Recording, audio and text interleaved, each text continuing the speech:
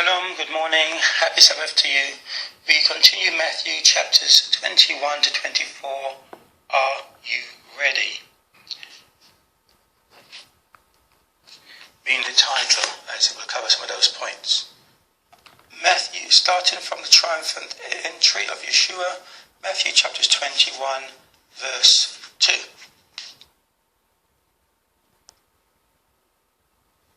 Saying unto them, Go into the village over against you, and straightway ye shall find an ass tied and a colt with her. This is Yeshua directing his apostles, or disciples at that time, to go and find this ass.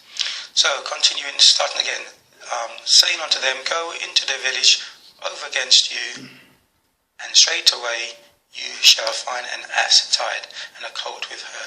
Loose them and bring them unto me. Verse 4.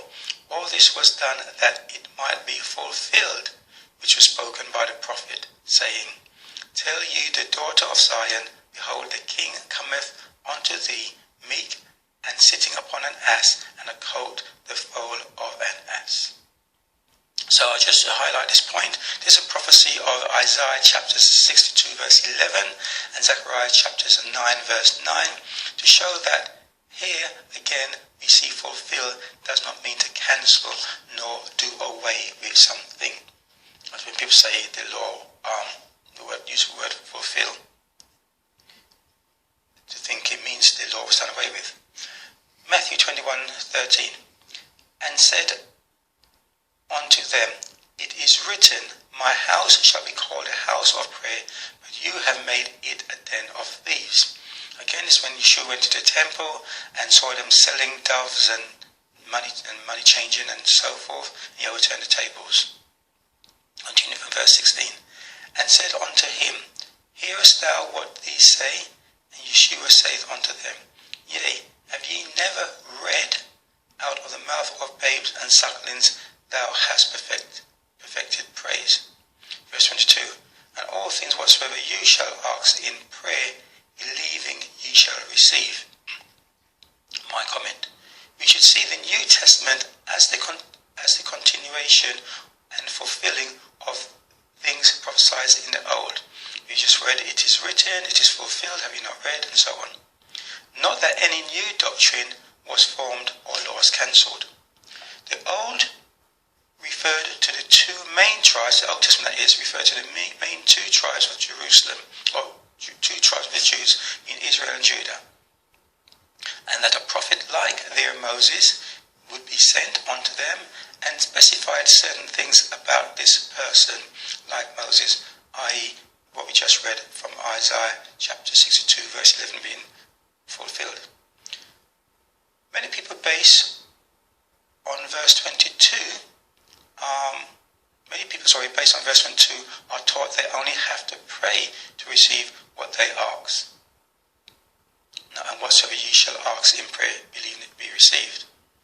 They ignore verses as, for example, 1 John 3:22, which says, And whatsoever we ask we receive of him, because we keep his commandments and do these things that are pleasing. So do those things that are pleasing in his sight.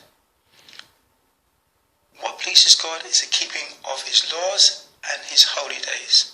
So Yeshua is saying that to people of the Jews who had the oracles of God and were intending to or trying to keep them. The parable of the two sons, Matthew 21 verse 28.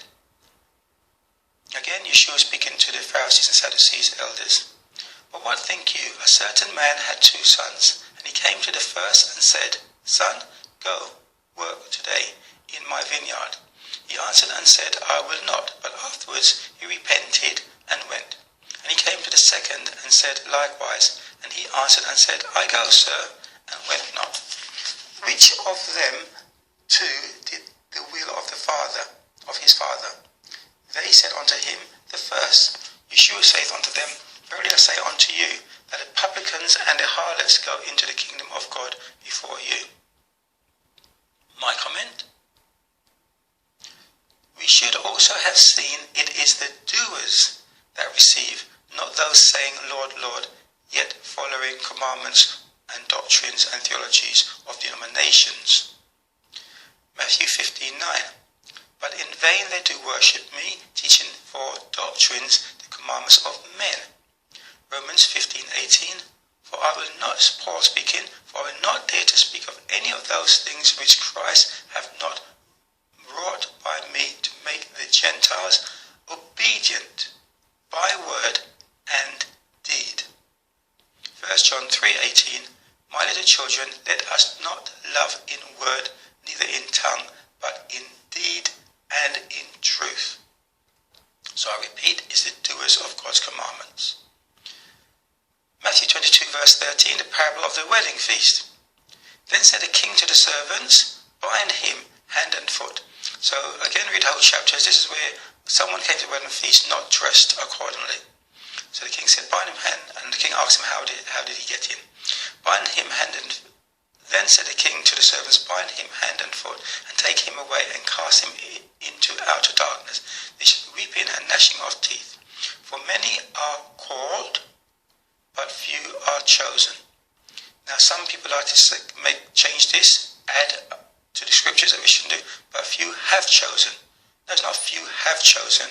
It is not their choice, in a sense, whether they get into heaven. It is whether God lets them into heaven.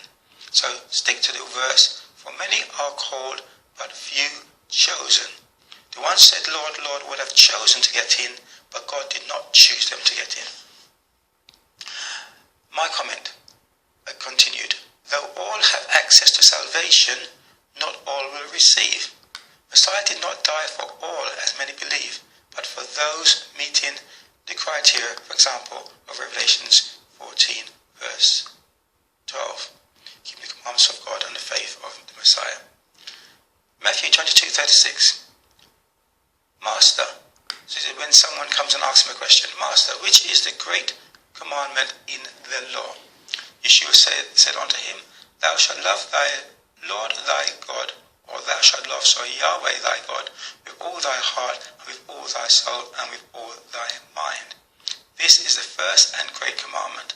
And the second is like unto it, Thou shalt love thy neighbour as thyself. On these two commandments hang all the law and prophets. So these are not the only two commandments people like to forget the word hang. When you hang something, when something's hung on you, they all come off of you. So Deuteronomy chapters 5 verse 10, 9 verse 9, 11 verse 1, 11:22, 19 verse 9, Exodus chapters 20 verse 6 says, And showing mercy unto thousands of them that love me and keep my commandments. 1 John chapters 5 verse 2, By this we know that we love the children of God, when we love God and keep his commandments. For this is the love of God, that we keep his commandments, and his commandments are not grievous. 2 John 1 verse 6, And this is love, that we walk after his commandments. This is commandment, that as you have heard from the beginning, you should walk in it. So numerous scriptures make it clear to love God is to keep his commandments, of which there are many more than 10, as people keep limiting them to 10. Matthew 23 verse 1.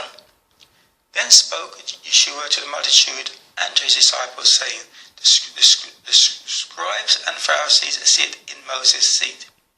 All therefore whatsoever they bid you observe, that observe and do.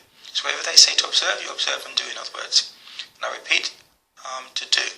But do not after their works, for they say and not do. Matthew 23:23. Woe unto you, scribes and Pharisees, hypocrites, for you pay tithe of mint and anise and cumin, and have omitted the weightier matters of the law, judgment, mercy, and faith. These ought you to have done, and not to leave the other undone. My comment. I've heard verse 23 about the paying of tithes being used as an excuse not to keep the Sabbaths of God. Yeshua was not saying the law was not to be kept, as some interpret it, nor only part of it. He was saying all parts of the law, small and great, are to be kept. The same as when he spoke of adultery in terms of action and thought. We are to be righteous inward and out. We should be righteous outward by our visible actions, our secret actions, and inner thoughts. That is the point of what Yeshua is saying. When the scribes and Pharisees sit in Moses' seat, they were only to read from the scriptures, adding nothing and taking away nothing. Once they stood up or left the seat, they could add their opinion or own words. Yeshua was saying we are to only follow what the scriptures say, not man interpretation or spin on them. Paul said the same and went further in Galatians 1 verse 8. But though we or an angel from heaven preach any other gospel unto you than that which we have preached unto you, let him be accursed. 2 Corinthians 11 verse 14. And no marvel, for Satan himself is transformed into an angel of light. Therefore it is no great thing if his ministers also be transformed as ministers of righteousness, whose end shall be according to their works. So we are not even to follow those who claim they went to heaven or died and returned or had a vision from God. Nothing, no opinions, purely the scriptures. Matthew 23 verse 35. That upon you may come all the righteous blood shed upon the earth, from the blood of righteous Abel unto the blood of Zacharias, son of Barachias, whom you slew between the temple and the altar. I've included this verse to highlight what made Abel righteous. The keeping of the law, like John the Baptist's parents in Luke 1 verse 6, which says, and they were both righteous before God, walking in all the commandments and ordinances of Yahweh, blameless. Matthew 24 verse 4. And Yeshua answered and said unto them, take heed that no man deceive you. For many shall come in my name, saying, I am anointed, or Christ, and shall deceive many. And you shall hear of wars and rumours of wars. See that you be not troubled. For all these things must come to pass, but the end is not yet. For nation shall rise against nation, and kingdom against kingdom, and there shall be famine and pestilence and earthquakes in divers places. All of these are the beginning of sorrows. My comment? A few things to note. Verse 5, for many shall come in my name, which says, it was basically equals using Jesus and the Bible as a way into your ears, saying, I got this message, Jesus spoke to me, etc. Then claiming to be anointed, which means, or claim to be Christ, which means anointed. Many claim to be prophets and giving all these messages today. These claimers will deceive many. It also says, see, you are not troubled about news of wars, etc., as the end is not yet. Despite what they say, it is just the beginning of sorrows. This includes news of earthquakes and so on. Many today are prophesying it is the beginning of the end times. The Bible says it is simply the beginning of sorrows. Of course, people will be in sorrow for what is happening to them, their relatives, or the world, but the verse says it is not the end times. Using the words not yet. Matthew 24 verse 11. Many false prophets shall rise and shall deceive many, and because iniquity shall abound, the love of many shall wax cold. But he that shall endure unto the end, the same shall be saved. My comment. Shall be is a future tense of unspecified time. It clearly does not say one is saved at baptism, nor in this world, but when one endures to the end. Many are also given up on their faith wondering where is God and how he can allow iniquity to increase and appear to prevail. It was the same thing David said in Psalms. Obviously, there is a God who created and controls his creation. You are to hold on to your faith that he knows the full picture and you do not. So, in other words, do not let your faith wax cold because of your lack of understanding. Matthew 24 verse 15. When you therefore shall see the abomination of desolation, spoken of by Daniel the prophet, stand in the holy place, whoso readeth, let him understand. Then let them which be in Judah flee into the mountains. Verse 20. But pray you that your flight be not in the winter, neither on the Sabbath day. Verse 23. And if any man shall say unto you, Lo, here is Christ, or there, believe it not. For there shall arise false Christs and false prophets, and shall show great signs and wonders, insomuch that, if it were possible, they shall deceive the very elect. Verse 26. Wherefore, if they shall say unto you, Behold, he is in the desert, go not forth. Behold, he is in the secret chambers, believe it not. For as the lightning cometh out of the east, and shineth even unto the west, so shall also the coming of the Son of Man be. For wheresoever the carcass is, there will the eagles be gathered together. My comment? Why is Messiah saying those in flight for their lives ought to pray it does not take place in the winter nor on the Sabbath? Because these are times when it is not good to be in flight. Winter because it is cold, and the Sabbath because it would be breaking God's commandments to have a holy convocation and keep it holy by not letting anything come out of your home or your gates. Exodus chapters 20 verse 8, Isaiah 58 verse 13, Nehemiah 13 verse 19. Verse 26 says, there's no need for anyone to tell you when the Son of Man is returning. You will know by your own eyes, so do not pay much attention to these self-claimed wise prophets on this matter. 24 verse 31. And he said, and he shall send his angels with a great sound of a trumpet, and they shall gather together his elect from the four winds, from one end of heaven to the other. My comment? If you want to be one of those gathered, come out of false doctrines, traditions of men, and denominations. Revelations 18 verse 4 tells us, and I heard another voice from heaven saying, Come out of her, my people, for that you be not partakers of her sins, and that you receive not of her plagues.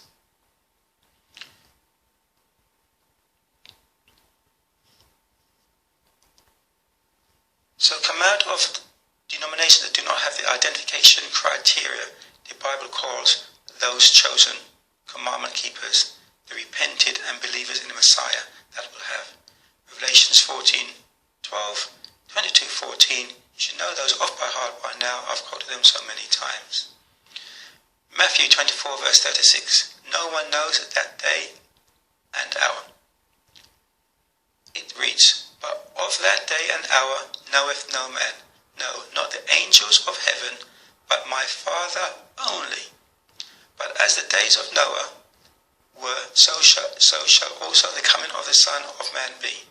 For as in the days that were before the flood, they were eating and drinking, marrying and given in marriage, until the day that Noah entered into the ark, and knew not until the flood came and took them away. So shall also the coming of the Son of Man be. Verse 44. Therefore be you also ready, for in such an hour as you think not, the Son of Man cometh. My comment? The secret and your concern should not be when, but am I ready? The message is to be ready at all times, including the present.